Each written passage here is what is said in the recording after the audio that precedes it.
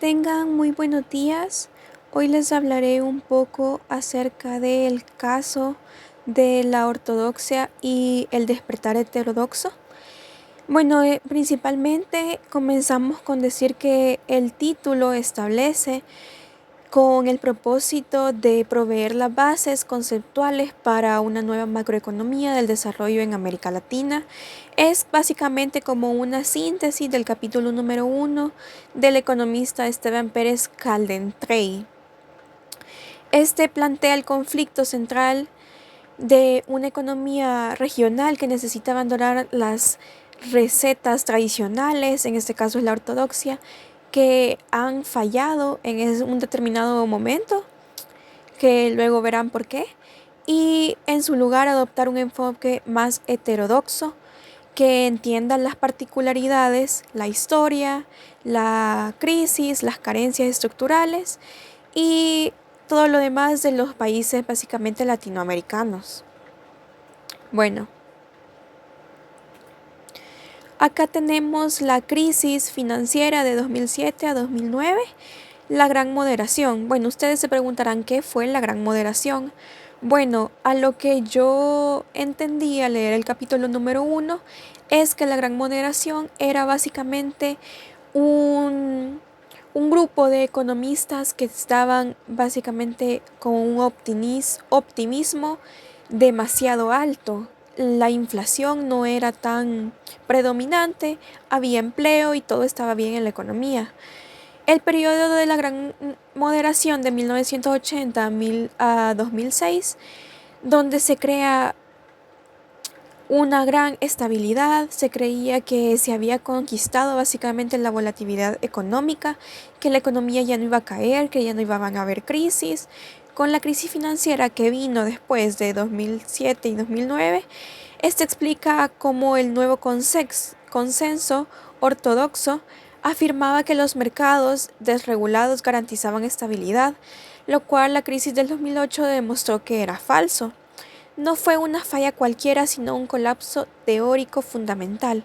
Los economistas empezaron a cuestionar, y entonces si yo creía que ya no iban a haber fallas, que ya no iba a fallar el mercado, que todo iba a estar bien, ¿ahora qué hago? Empezaron a entrar en una crisis básicamente teórica. El libro básicamente explica el punto de quiebre histórico. Durante décadas los economistas tradicionales creyeron que el mercado libre e hiperregulado bajo esquemas matemáticos perfectos se mantendría estable para siempre, que nunca iba a fallar. Pero esta crisis les demostró básicamente lo contrario. Seguimos con el paradigma dominante. Bueno, este describe el núcleo de la ortodoxia, basado en el modelo de equilibrio general de Arrow-Deavril de 1954. Concibe la economía como un sistema cerrado y predecible, donde las dotaciones, preferencias y tecnología interactuaban en tres diferentes, se pueden decir, dogmas o pilares. Uno, que era la determinación simultánea de los precios y las cantidades. Dos, la eficiencia financiera, supuestos reales de los mercados racionales. Y tres, la conciencia divina, que esta básicamente era creer que controlar la inflación estabiliza automáticamente la producción. Se desarma científicamente el pensamiento dominante, muestra cómo la ortodoxia asume que la economía funciona en un vacío perfecto dentro de la economía, y el problema de esto es que aplican fórmulas e hipótesis demasiado sofisticadas que no adaptan el desorden o las imperfecciones del mundo real. Ellos no observan básicamente la realidad, sino que únicamente se basan en modelos matemáticos, estadísticos, como que si el mercado no tuviera fallas, no pudiera fallar nunca. Bueno, después seguimos con la reacción ortodoxa, ceguera o parches. Bueno, acá se expone básicamente cómo reaccionó el paradigma dominante ante la anomalía de la crisis del 2008, que se dividió en dos respuestas: la negación, que esta era no, yo no me he equivocado en nada, ¿qué puede ser? Toda la teoría está bien. y la complejidad estéril, que es a través de los modelos de añadir interminables fricciones matemáticas para justificar fallas del corto plazo sin abandonar la idea de equilibrio general. Básicamente no aceptaron que ellos se habían equivocado. La crítica, la falta de autocrítica de la corriente dominante, en lugar de aceptar que su teoría falló, la ortodoxia prefirió ignorar las crisis aduciendo que eran eventos de mala suerte, impredecibles y que siempre se iba a atender a un equilibrio, según los ortodoxos. Seguimos con la tercera vía, el diálogo necesario. En este se propone que ante la parálisis ortodoxa el futuro exige construir una macroeconomía distinta para el desarrollo.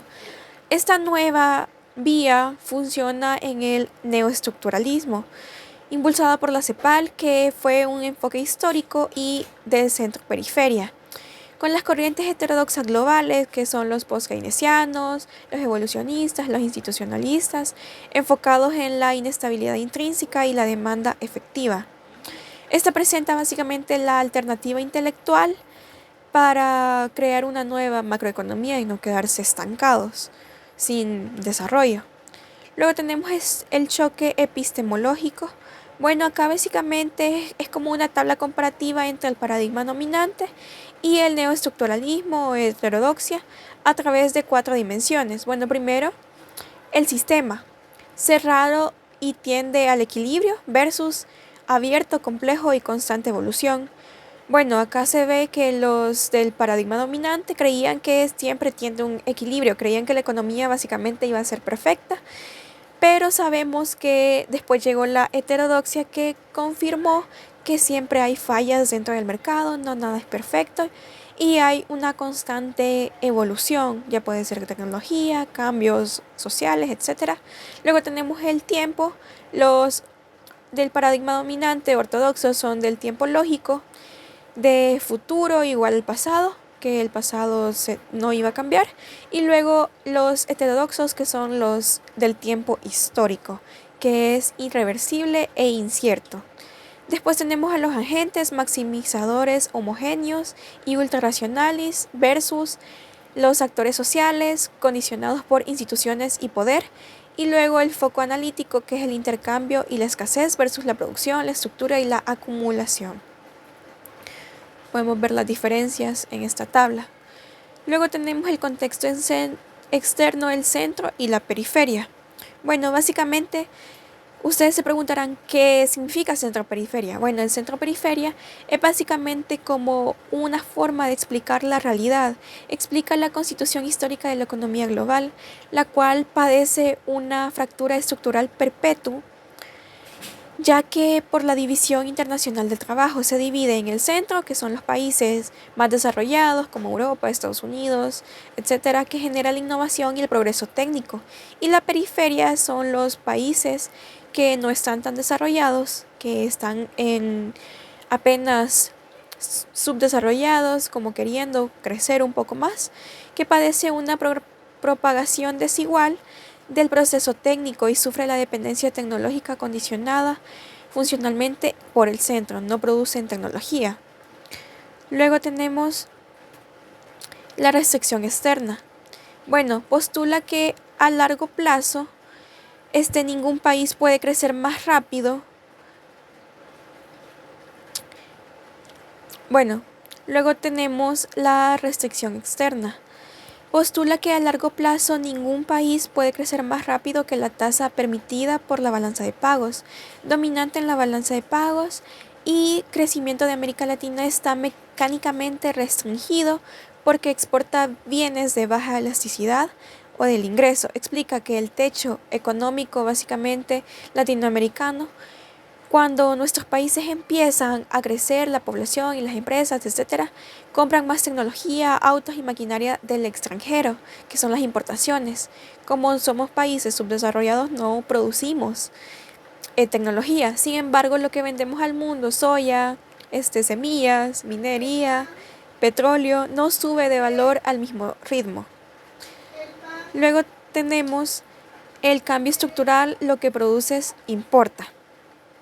Bueno, Esta diapositiva advierte que crecer no es producir más de lo mismo, no es producir más y más de lo mismo, sino reemplazar recursos que tengan mayor utilidad, mayor ganancia, sectores intensivos en conocimiento, contrastar dos tipos de estructuras, la periferia, que es la baja conectividad enfocada en materias primas, y el centro, la alta conectividad matriz tecnológica. Es básicamente desmitifica la idea de cualquier crecimiento es bueno si solo un país produce más materias primas sin valor agregado. Seguirá siendo pobre y dependiente del centro o de los países más desarrollados. Luego tenemos la inestabilidad intrínseca del capitalismo. Bien sabemos que el capitalismo es una corriente bastante inestable. Bueno, en mi punto de vista, contrasta la visión ortodoxa que las crisis son simples desviaciones temporales en una línea de recta de equilibrio, que las crisis van a pasar y siempre va a haber un equilibrio en el largo plazo, pero con la realidad heterodoxa, los ciclos son de auge y colapso. Bueno, luego está el motor invertido, la demanda efectiva. Desmiente la ortodoxia la ley de Say, lo cual dice que el ahorro previo genera inversión.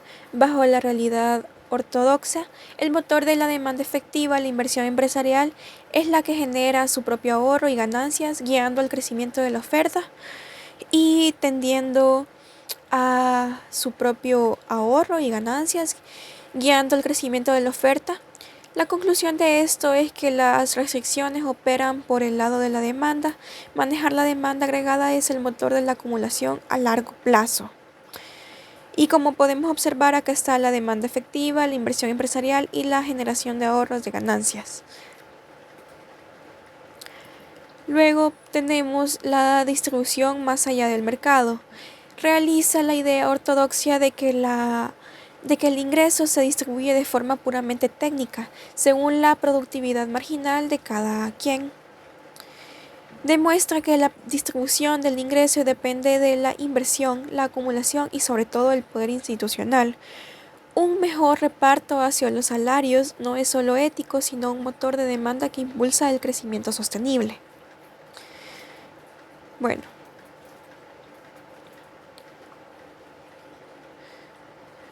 Luego pasamos al nuevo papel del Estado. ¿Cuál es el nuevo papel después de la crisis? Define las tres grandes tareas del Estado activo para romper las fallas del mercado. La primera es la gestión de la demanda. Políticas macroeconómicas anticíclicas para establecer la inestabilidad intrínseca.